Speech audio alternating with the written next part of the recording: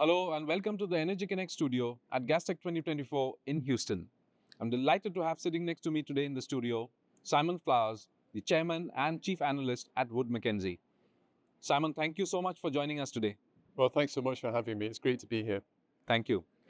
To start off, clearly the LNG industry is on a roll, but in the long term, what are the structural challenges that you see that must be dealt with and addressed for this momentum to continue? You're right, it is on a roll. We're seeing plenty of investment going into LNG. Demand is pretty strong, up 15% in the last year or two. And it could be the last segment of the fossil fuel suite of products that grows the longest before peak demand. But yeah, there are structural challenges, and I'd identify three of them. There's investment in new supply, but the industry has got to make sure that supply comes on stream on time because the market's quite tight. We need that new supply. Second thing, for the long term, I mentioned demand has been growing strongly. We need that to be sustained, and the industry needs to work at that to make sure it comes through. And third but not last is decarbonisation, which super important part of any fossil fuel industry. But LNG, to remain sustainable, we need to work at that. That decarbonization is really an interesting one because how do you assess the progress of the industry overall in terms of decarbonization? I think it'd be fair to say they've made a start, but there's a lot more work to do. Much of the investment that's gone into decarbonisation is to try and reduce emissions from existing projects with carbon capture and storage, fitting renewable power on existing equipment. But it's just the beginning. I think the good thing is that the industry is well aware it has to make emissions much less of a thing for LNG. So they're on it, and I'm fairly confident we're going to see continued momentum upwards. And do you see enough investments being made in decarbonization technologies? I think there could be more.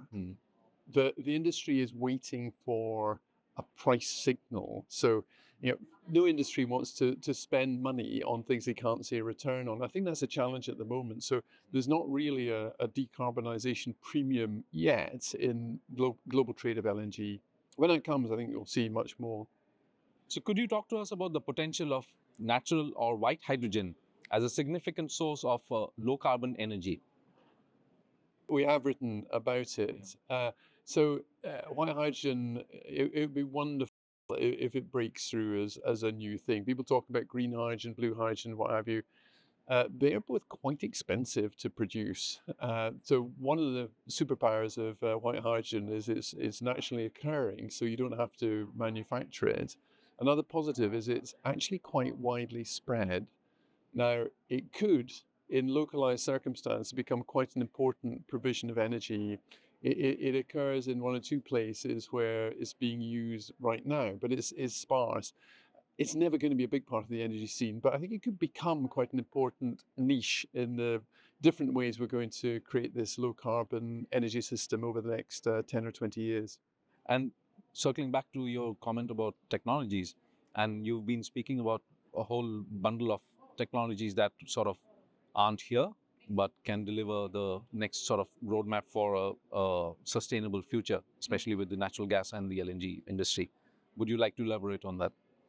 I think so. So I think first I'd mention carbon capture and storage. So the industry as a whole, the oil and gas industry, not just LNG, is beginning to put forward quite substantial projects for this. So I think carbon capture and storage is going to be really important.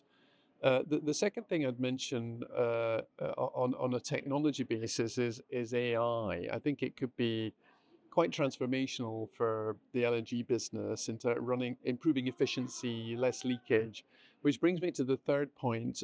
It's still quite a leaky industry. There's a lot of emissions through the value chain that goes straight up into the sky, and the industry's done quite a good job, but there's a heck of a lot more to do. So I think if we can fix the leaks and reduce methane leakage, it would go quite a long way to ticking that box, as it were, in emissions reduction. That's great to know. And finally, we are here at GasTech in Houston, and where there's a lot of discussion around these topics. For the first time, we have a climate tech and AI segment in the conference as well. So what are your thoughts and what are your expectations from GasTech? Well, look, I think it's wonderful. It's not just about oil and gas, and for gas tech in particular, it's not just about LNG. We have to have a wider perspective. We're going to be able to tackle climate change, and these technologies they're going to be twinned with natural gas and LNG into the future to make that sustainable LNG industry into the future. So I think it's all positive. Simon, thank you so much for your valuable insights and for being here in the studio with us. My pleasure. Thanks for watching, and you can get more studio interviews and comprehensive coverage of the energy industry at energyconnects.com. And don't forget to follow us on our social media. I'll be back with more studio interviews from GasTech 2024 in Houston. Stay tuned.